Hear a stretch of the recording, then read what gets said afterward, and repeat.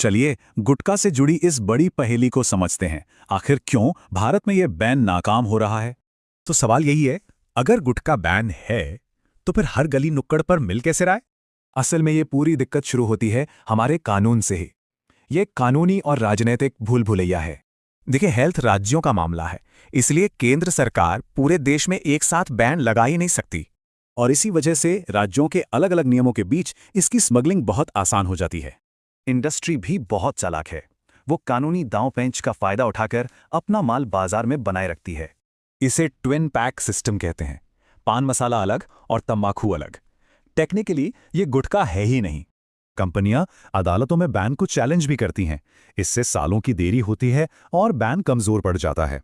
कानूनी उलझनों के अलावा जबरदस्त आर्थिक दबाव भी है जो राजनीतिक इच्छा शक्ति को पंगु बना देता है।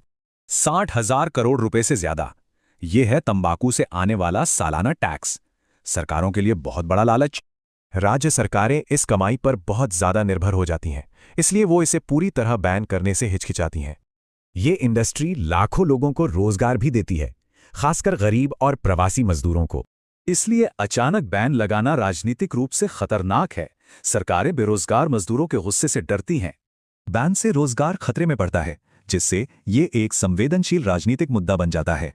और इसकी मानवीय कीमत, हर साल तंबाकू से होने वाली 13 लाख मौतें। अब देखते हैं जमीनी हकीकत। अधिकारियों के लिए इसे लागू करना एक बुरे सपने जैसा क्यों है? ये सस्ता है, छोटे पैकेट में आता है, लाना ले जाना आसान है, लाखों दुकानों पर बिकता है, पुलिसिंग मुश्किल। सोचिए, देश भर में लाखों छोटी दुकानों और ठेलों पर नजर रखना ये मुमकिन ही नहीं है। आखिर में कई इलाकों में तंबाकू चबाने को सांस्कृतिक और सामाजिक मान्यता मिली हुई है। जब तक इसकी मांग बनी रहेगी, तब तक सिर्फ कानून बनाकर लत को खत्म नहीं किया जा सकता। तो फिर आगे का रास्ता क्या है? सिर्फ बैन लगा देना ही इसका पूरा जवाब नहीं है। एक असली समाधान के लिए केंद्र राज्य का तालमेल, कानूनी खामियों को बंद करना और लोगों को जागरूक करना जरूरी है। इन उपायों के बिना गुटखा बैन सिर्फ कागजों पर ही रहेगा, सड़कों पर नहीं। क्या एक मजबूत, व्यापक रणनीति इस कागजी बैन को सच में एक हकीकत बना पाएगी?